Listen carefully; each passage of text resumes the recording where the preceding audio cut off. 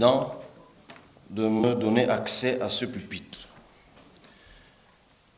Lorsque la représentation nationale adoptait la loi de finances de l'exercice 2021, les documents qui nous avaient été donnés mentionnaient alors un encours d'endettement de plus de 9 700 milliards.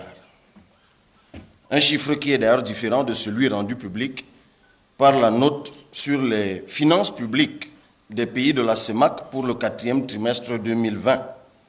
Cette note indique, je cite, « Au Cameroun, l'encours de la dette publique se serait accru de plus de 100 milliards en un semestre pour se situer à 10 291 milliards en fin décembre 2020. » Soit un différentiel avec notre document que nous avons reçu ici de plus de 500 milliards. Ce qui veut dire que des deux documents, il y en a forcément un qui est mensonger, mais je n'ose pas penser que c'est celui qui nous a été servi. Interpellé là-dessus, Monsieur le ministre des Finances, vous nous avez rappelé que bien que notre endettement avoisinait ou dépassait 50% de la moitié de notre richesse nationale, notre PIB, nous n'avions pas encore franchi, et vous aviez raison, la ligne rouge des 70% du PIB fixé depuis 2002 par les critères de surveillance multilatérale de la CEMAC. Vous aviez raison. Mais nous aussi, nous avons sans doute raison de nous inquiéter qu'un pays qui a occupé un rang honorable parmi les pays pauvres et très endettés de la planète et qui a péniblement atteint le point d'achèvement en 2006, se soit à nouveau lancé dans un endettement boulimique dont les populations se demandent chaque jour à quoi ça sert exactement. Question simple, Monsieur le ministre. Partant du postulat que certains Camerounais naïfs se trompent donc de bonne foi, dites-nous de 2006 à 2020, ça doit faire 14 ans, qu'est-ce qu'un endettement de 10 000 milliards a significativement apporté aux Camerounais? Il faut rappeler que l'inquiétude soulevée ici est partagée également par le Fonds monétaire international. Il y a même lieu de penser que l'absence de portée économique et sociale de cet endettement amène le FMI à douter à nouveau de la capacité et de la responsabilité du gouvernement camerounais, puisque désormais, notre souveraineté est placée sous le régime de la limitation.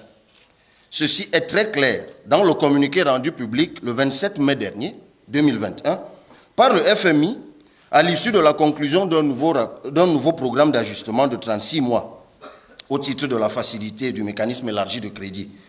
Ce communiqué dit, je cite, « Compte tenu du risque élevé de surendettement du Cameroun, les efforts visant à renforcer la gestion de la dette publique et à limiter les emprunts non concessionnels restent essentiels pour assurer la viabilité. » Fin de citation. C'est donc clair, pour le FMI, le Cameroun présente désormais un risque élevé de surendettement. Et comme un gamin incapable et irresponsable, le pays est donc placé sous surveillance. Ces mouvements d'endettement sont désormais limités pour assurer sa propre viabilité. C'est le mot employé par le FMI. Alors, chers collègues, ce contre quoi nous n'avons eu de cesse de mettre le gouvernement en garde ici est hélas en train d'arriver. Je ne peux donc ne pas partager avec vous la gêne, et je suis dans l'euphémisme, qui habite le citoyen camerounais que je suis. Je me laisse imaginer que c'est parce que mon pays, le Cameroun, est jugé irresponsable qu'il a été obligé, afin de conclure un accord avec le FMI le 27 mai, de souscrire la conditionnalité préalable d'autolimitation le 26, par laquelle il s'oblige à plafonner ses emprunts non concessionnels à 750 milliards et concessionnels à 350 milliards.